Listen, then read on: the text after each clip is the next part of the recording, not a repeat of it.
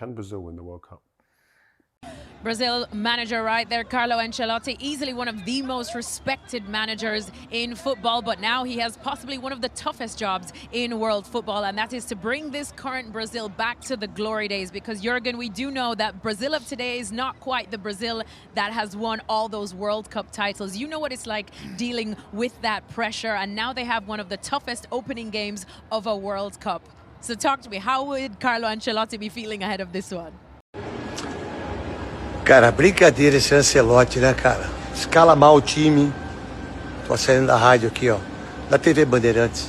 Escala mal o time. Casimiro, há quanto tempo eu falo que esse cara não tem condições de jogar bola? Paquetá, vocês é dancinha do Paquetá. Vai tomar no dancinha do Paquetá. Vai se dancinha do Paquetá. Joga nenhuma. E Banhas. Igor Thiago. Não. Vamos mudar. Bota o Danilo Santos. Bota o Danilo, bota o Luiz Henrique, bota o Ryan, bota o que o Endrick fez para essas pessoas aí? Eu não tenho entendimento, eu não consigo entender como é que o Endrick não joga, não entra. Agora é impressionante o seu Ancelotti, que não teve visão nenhuma de substituição. It's been a long time now since they won the last World Cup. And I was in Qatar and I watched the tournament there, and they were, until they lost that quarterfinal game against Croatia, the best team in Qatar.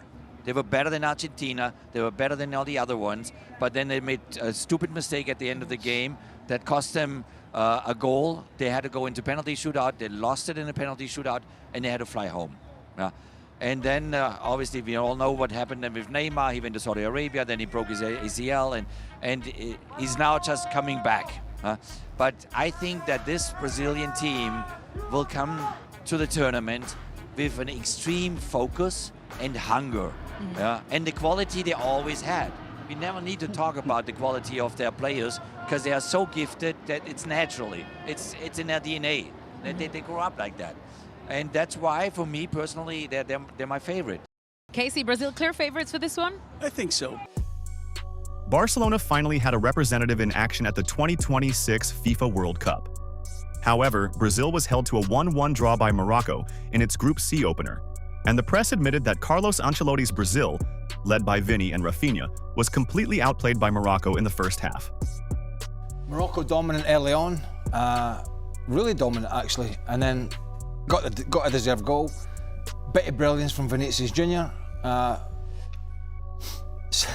Second half, it felt like both of them were thinking, you know, we want to win the game, but we don't want to push too much. I think, you know, Morocco have Scotland next, Brazil have Haiti, so they're both winnable games. It's just got who's going to win the group, and I don't think any of them really wanted to push too much. But I think certainly early on, the worry for me would be with Brazil when they faced the real elite level teams, and Morocco certainly in amongst that, is that how much they were dominated and how much they were unable, whether that was by choice or not, how much they were unable or unwilling to really press against this Moroccan side, and allowed them really to dominate the first 15-20 minutes with some consummate ease. Brazil, though, better of the second half. Morocco very much on the back foot, but there just wasn't that spark in the final third, really. Yeah, I think they were better. It wasn't like a dominant second half, though. I think it was just more stable than it was at the start of the first half.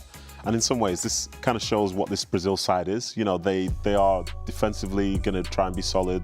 They're robust, but it doesn't necessarily have the flair that we've seen in Brazilian teams in the past. But for them, you know, they've taken that point. There's that bit of magic from Vinicius Junior. Yeah, that's great. But I think in some ways, for me personally, as the game wore on, it became a little bit disappointing. I think as Craig's kind of alluded to there, I almost felt like the two were happy to take a draw, knowing that there perhaps going to be some easier games ahead. Yeah, let's remind you, Haiti and Scotland, who kick off in under an hour, are the other otherwise known as the big one. Oh, but well, they don't scare anybody. They have moments. A Vinicius moment, a Rafinha moment. They have moments, but they don't frighten you. Spain and Italy, Spain and France, although they don't always play well, would frighten me more. Well, Ancelotti also took two players off at half-time because he thought that Casemiro was being overrun, which is no surprise. He had a good end to the season with Manchester United, but he hasn't been a great player for a couple of years. So they took him off, and they took off the right back as well. So he wasn't happy with both those positions, and he made a lot of changes. This isn't a Brazil side that you'd be frightened of, as Craig said. Do you think he makes those changes, though, if those two went on the yellow cards? I still think he'd make the changes because Casemiro was being overrun in central midfield. He couldn't quite get the shape right. He was playing next to Guimaraes. Guimaraes was then going further forward at times. Casemiro couldn't get around the pitch. And that's why Morocco were dominant. And it was so easy for Morocco to get good possession and break and play at a high intensity. Brazil couldn't match that, and they were panicking in that first 20. There was a lot of... It was almost like a big swan song when Casemiro left Man United because he was playing better, and he was. And we all touched on this. It wasn't good to see him struggling as he was at United, almost like he didn't want to be there. And then obviously he flourished when Michael Carrick took over, and he played better. But playing better from where he was is nowhere near the Real Madrid Casemiro.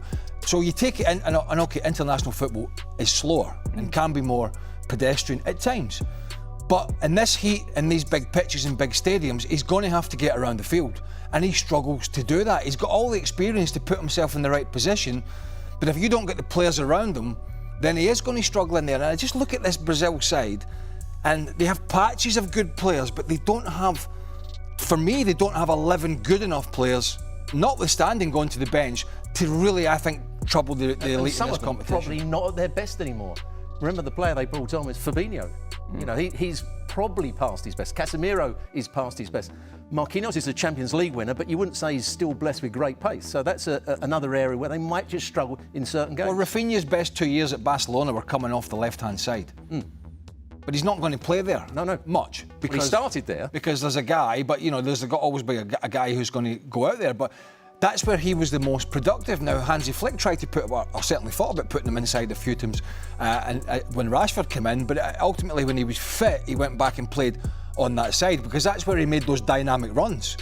When Lewandowski or Ferran Torres was dropping short and he was making those runs from that left side in between the fullback and the centre-half and timing it brilliantly, that's where he was getting his goals. So I wouldn't say he's got the same problems as Deschamps at France, where he's got to try and fit, you know, Mbappe and Dembele and Doué and Michael Olise into this French side, which sounds like a hell of a problem, but it's getting him in the right positions. I wouldn't say clearly he has as many as that, but he's certainly got an issue of how to get the best out of his better players to stand a good chance in this competition. competition. After that first 20 minutes, I don't think he's going to play Rafinha and Vinny Junior in the positions he played him after that first 20 minutes. Can we give Vinicius Junior some love? Yes, absolutely, in terms of the goal. Criticised in Brazil for not doing it enough in a Brazil shirt. Yep. Like others have done, have gone on that iconic 7. He scored a very good goal. I mean, he went past the defender very easy. First, it's a good run. He makes down, I would say, the inside left position, chops it back onto his right foot, and once he got there, he opened up the goal for himself, and he smashes it in the corner. It's a very good goal. And if Brazil are going to do well, he has to shine. Yeah, I totally agree. I think what we saw today for spells, when Brazil were under a bit more pressure, they're almost relying on him to be able to take the ball up the pitch. Instead of finding good bits of play, linking it up with 3, 4, 5 passes and all this, instead it's Vinicius running down the wing. Hopefully by that time people come to support him, and then he can maybe have an isolation like he did for his goal. It was a great goal. It was a great finish. The way that he beat defender, just taking a little touch to almost unsteady the defender as well. That's fantastic. But again, I don't think it's necessarily the best version of Brazil when he's having to play in that manner. I like it when there's more stuff going on around the team that feels not necessarily a bit more like flair, but a bit more creativity, instead of saying, give it to him and let's see if something can happen. You know, he has a real platform here. I mean, the World Cup's a great platform for many players and every player. But he has a great platform here. Although there's going to be a hell of a amount of pressure on him, as you said, there's this platform to put the negativity of Real Madrid's season and the issues behind him, to show that he can be the man that we talk about with what he does on the field. Not just what he does sort of on the field now and again, and the antics off the field and the antics with the referees, which we saw a little bit of today. Half-time arguing with the referee, I have no idea what that was about. But he's got an opportunity for the likes of us to sit here at the end of this competition and say, well, Brazil won it or they didn't win it, but wasn't he brilliant? No, we're talking about him on the field, we're talking about the great goals, we're talking about the attitude, we're talking about all the good things that Vinicius Junior can do. He has that opportunity to be on that platform. Now, he can't control what the rest of his team does, and that's always my sort of argument when over the years with Messi and 1 or 2 others saying, well, they don't win a World Cup. Obviously, he's put that to bed now. But you're not always able to control what others can do, but you certainly can control what you do. That was brilliant from him tonight, but he has a great opportunity here under a manager that he knows loves him, for a country that knows loves him, although put a pressure on him to go out there, game in, game out, and just showcase that talent that he has. Let's talk Vinny with Stevie, seeing as though he's the positive one this morning. Vinny Junior got the goal, he got the equaliser. He had a performance for Brazil which we don't always see on the national stage from him. Well, Vinny, what we saw is just Vinny. You know, if you need a goal, if you need a bit of magic, if you need something when at that particular time things are going against you, you're being outplayed, you can't seem to keep the ball, nothing's going for you, give the ball to Vinny, because Vinny will do something. We know he's capable, and what does he do? He pops up and drops his shoulder, poor defensively, but he drops his shoulder, comes inside and sticks it in the back of the net. I mean, that's just Vinny in a nutshell. That's what we've always known and loved about Vinicius Junior. There were lots of questions about Vinny's role defensively for Brazil all tournament long, and I thought you saw glimpses of that. Very late on in the game, 90th minute, Vinicius is racing back, trying to close down. Listen, he's not a defender, but he's getting himself involved and making things difficult and taking up space in defensive positions. Now, if Vinicius can continue to lead in that regard, my biggest concern about Brazil as a team coming into this was how heavy that yellow shirt is and whether they had the personalities to carry it. I wasn't sure that Vinicius was that player.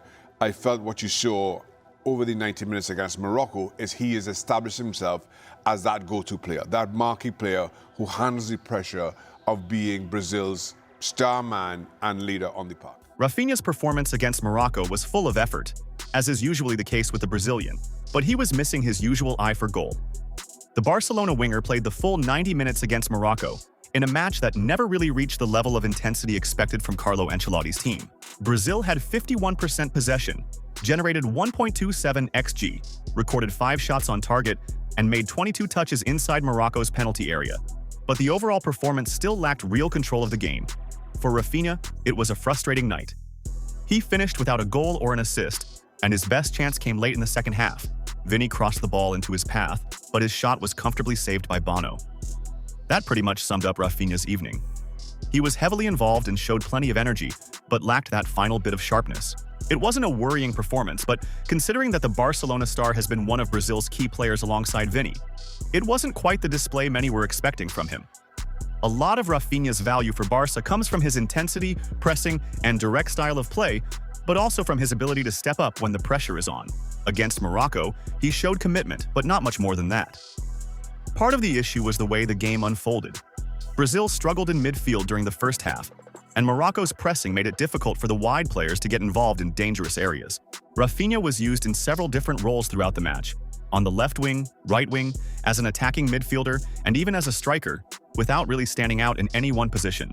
Still, he looked physically sharp and could find his rhythm in the next match against Haiti. His first outing was quiet rather than poor, leaving fans hoping for a stronger performance in the games ahead. Now, we need to talk about Marcus Rashford before you hear what Kaka had to say about Brazil's chances of winning the World Cup. According to Spanish newspaper AS, Manchester United have now left the door open for Rashford's return. Barcelona's signing of Anthony Gordon has completely changed the situation. Barca no longer see the left-wing position as an urgent need, making a permanent move for Rashford much harder to justify. Barcelona have decided not to sign Marcus Rashford on a permanent deal, despite the forward's strong performances during his loan spell and his willingness to take a pay cut to stay at the club. The board believes there are more pressing priorities in other positions and is reluctant to spend around €30 million on a player for a role that is already reasonably well covered.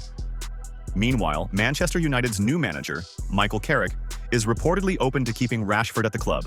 The two have already discussed the possibility, and with the forward under contract until 2028, United remain in control of his future. Although Bayern Munich had previously shown interest, that interest has cooled in recent months. In the end, Barcelona's decision is viewed as understandable. Rashford impressed, showed commitment, and even turned down other opportunities while waiting for Barca. But that still wasn't enough to make him a top priority. Unless something unexpected happens, he is expected to return to Manchester United once his loan spell comes to an end. And now, take a look at what Kaka had to say. Can Brazil win the World Cup? Yes, I think so. Yeah? We have a very good team with very good players playing the best clubs in Europe and being protagonists of those clubs. So this means a lot. Now we have the proper coach for this situation, I think. So Carlo can be the coach that can lead these guys to be a very, very strong group. Because to win the World Cup, you don't need good players. You need a strong team and strong group. This makes the difference. So it's very intensive competition, very short, and you need to be very strong. So I think Carlo can be the leader that can build this kind of group. Behind a great leader like Ancelotti, who do you think are the other guys who can push this team and will be very important if you was to say maybe 2 or 3 players? Vini, I think, he's protagonist of Real Madrid for a few years. He's been the best player in the world. So I think Vini can be that guy. Rafinha, playing for Barcelona, a lot of responsibilities. So I think Rafinha can be that guy too. Casemiro is really important for his position, his influence, leadership. So the goalkeepers, Ederson now, Alisson is recovering. Hope he can be for the World Cup too. So, and Marquinhos. I think these guys can lead the team, but in front, I think forward, Vini, Rafinha. Mateus is playing really good too. I think he will be really important. Would that be your front three? If you were picking the front three? I like this. The style that I like to play is 4-2-3-1. So I think it's very balanced team. But of course, depends on the players. Depends on my idea. Depends on the players and how they're gonna be there. So I would play in that system.